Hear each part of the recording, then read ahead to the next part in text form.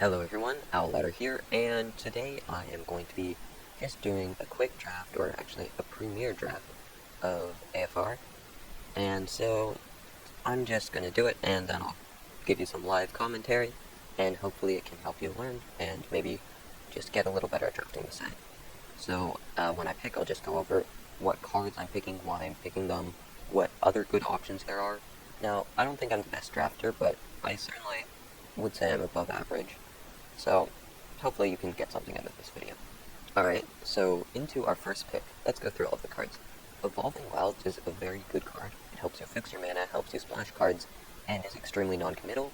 This Prowler is an alright card, same with this Valor Singer. This Barbarian's very solid since there are quite a few relevant artifacts that it can kill.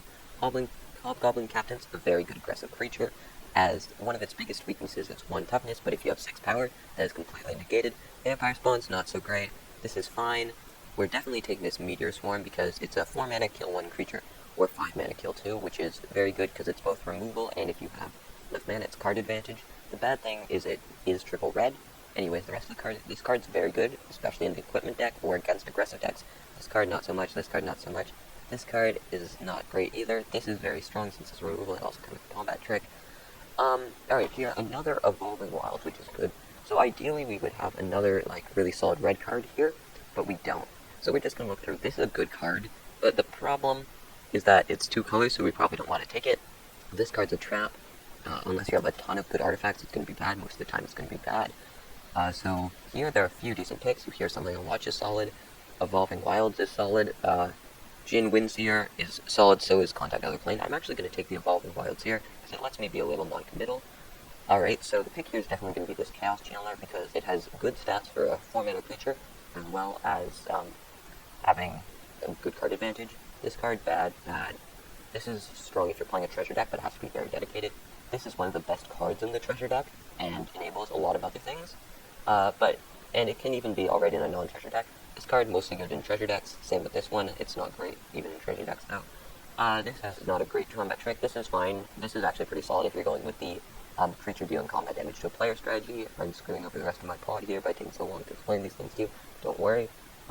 This card's pretty okay. This is fine. That's fine too.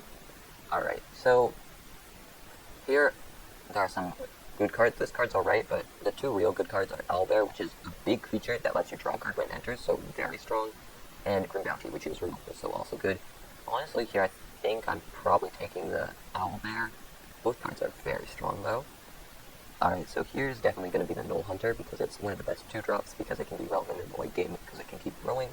No other real cards of note here. This is actually a pretty solid combat trick, but other than that, this is fine, especially if you have Prices of Loyalties to take advantage and sack them, but yeah.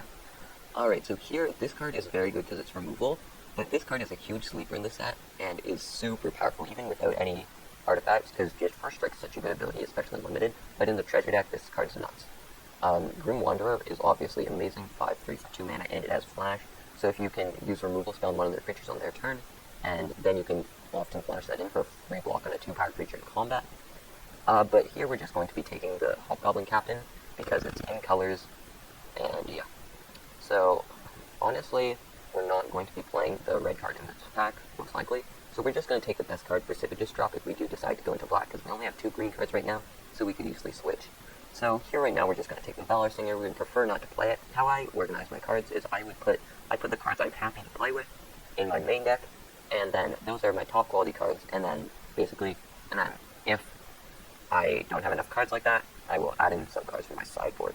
Alright, so we're just going to take the Sellsword here, because again, if we do go into black, that is, red-black is treasures, or an archetype I like to call Removal Tribal, where you just get a million removal spells, like 10 plus removal spells, and basically play full control. Which, given how many removal spells, especially ones that go light, like Improvised Weaponry, as well as Spike Pit Traps, is actually pretty easy to do. My personal highest was a 17 removal spell deck, which I went 7-1 with, because that's kind of overpowered. Alright, You Meet in a Tavern is actually a solid card, depending on how many creatures we get, but we will be happy to play it. I'm surprised it went around that late.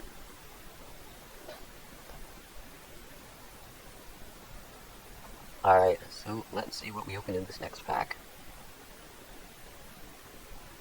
Unfortunately, we got unlucky and got a crap rare, and there's not much red in this pack, but we'll look at our green and our black. In terms of black, there's nothing that great. Ice is fine. Manticore, do not pick. It's a trap. It looks really good. It's not that good. Then Enfeeblement, not so great. This is actually pretty solid to kill classes. Spike Pit Traps removal, so that's good, but the best card here is Hunter's Mark. While you can get blown out by an instant speed removal spell on your creature, this is just a very good card. It's very solid removal. So we're just going to take this.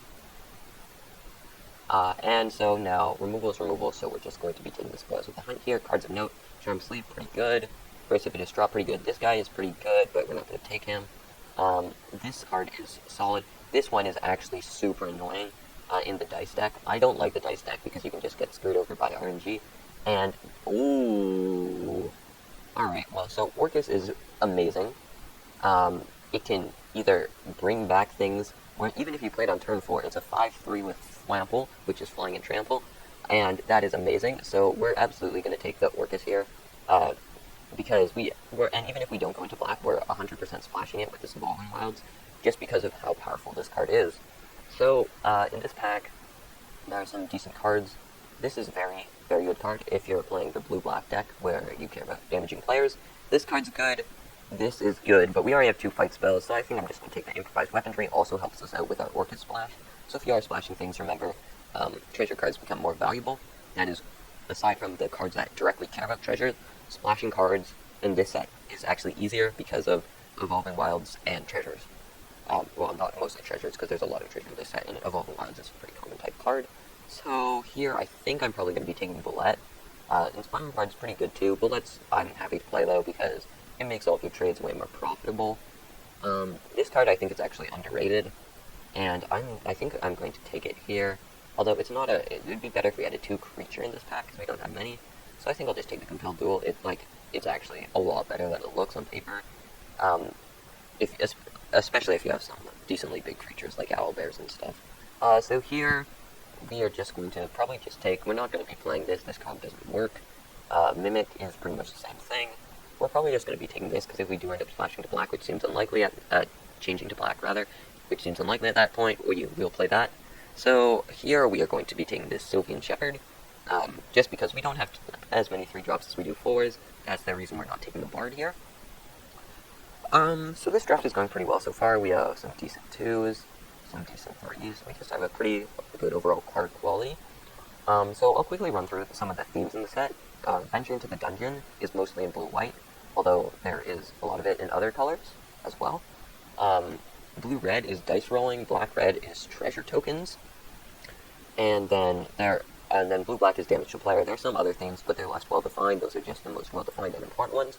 I'm going to be taking this Present Loyalty. I don't want to play it, but if I do end up switching to black, if I open like a bunch of black cards, I will play it because of this 2 copies of Sploacher Ghouls turns it into a removal spell, which is very solid. Moonblast Cleric just because it's an uncommon here. Same with this. And let's see what we get in pack 3. Come on, Bomb Rare. Ooh. This card is really overpowered. I've played against it, and it's so frustrating. And we are already in green, so I think we might go a little risky and splash this. Now, if we weren't going to do that, I think I am, especially for the content plays, but probably the correct pick is probably the Owlbear, to be honest. Owlbear is very strong. I am going to take this, though. We don't have that much treasure, but we do have 1 Evolving Wilds, 1 treasure source. We'll probably get more treasure sources this pack, or we might at least. This card's really bad. Alright. I'm very happy to just snatch up this Owlbear here. Very good card. And, alright. Red Dragon. Oh my god, this pack is stacked. There's this Fireball, great removal spell. Spoils the Hunt, great removal spell. No Hunter, amazing 2-drop. Owlbear, amazing card. Red Dragon, amazing card. I'm gonna check how much reach and flying we have. So we actually don't have much flying, so honestly I'm probably just taking the Red Dragon here. Although there are so many cards I won from that pack. Same thing here, I'm probably just going to take the Hunter's Mark, but this Innkeeper is also very solid. Makes treasures to help with our splash. The same with this Ranger. This Ranger is actually a lot stronger than it looks. It's a lot more of a defensive card than an aggressive card though, because it can trade with big creatures, but if you attack with it, it'll just trade with your small creatures. So yeah, this card is not very good at all, because this is probably the worst class, because life gain isn't that relevant, unless you also have cleric classes. Additional lands, it doesn't really help you because you'll just run out of lands to play. And the final level 3 is just makes a big creature that dies to removal spell, so it's basically like 1 big creature. Yeah. Alright, so here is another amazing pack for us. This, we're not going to play. This card sucks. Spoils, mostly because it's triple green and bad statted. Spoils, we've got a removal spell, of course. Troubadour, a very good card, but we do have 7 4s already. Honestly, we're probably just taking this Null Hunter because we don't have many 2-drops. It's not the best card in the pack, but it is what our deck needs the most out of the pack. Probably the same with this Hobgoblin Captain here.